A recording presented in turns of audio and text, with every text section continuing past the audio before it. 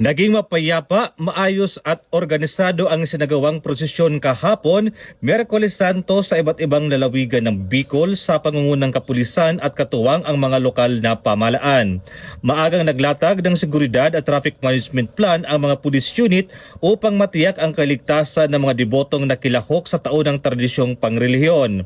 Mahigpit na binantayan ang daloy ng trapiko at maayos na koordinasyon ang sinagawa sa bawat ruta ng prosesyon upang maiwasan ang abala at masiguro ang kaayusan ng buong aktibidad.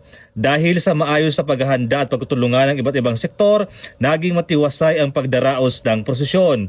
Wala ring naitalang insidente na nakapekto sa kapayapaan at kaayusan ng selebrasyon. Nagpahayag ng pasasalamat ang kasurugkap sa pamumuno ni Police Brigadier General Erosito N. Miranda, Regional Director, sa patuloy na pagkikiisa at kooperasyon ng mga lokal na pamahalaan, voluntary groups at ng mga mamamayan na nakisa sa pagdiriwang ng may disiplina at paggalang.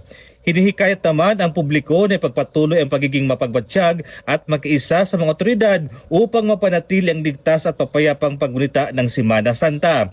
Patuloy ring pinaalahan ang lahat na mag-ingat at manalangin sa gitna ng banal na pagdiriwang. Wala dito sa Bicol Region, ako po si Police Staff Sergeant Mark Culito P. Levendino Jr. Nag-uulat para sa Police News Network at ito ang bagong PNP para sa bagong Pilipinas, serbisyong mabilis, tapat at nararamdaman.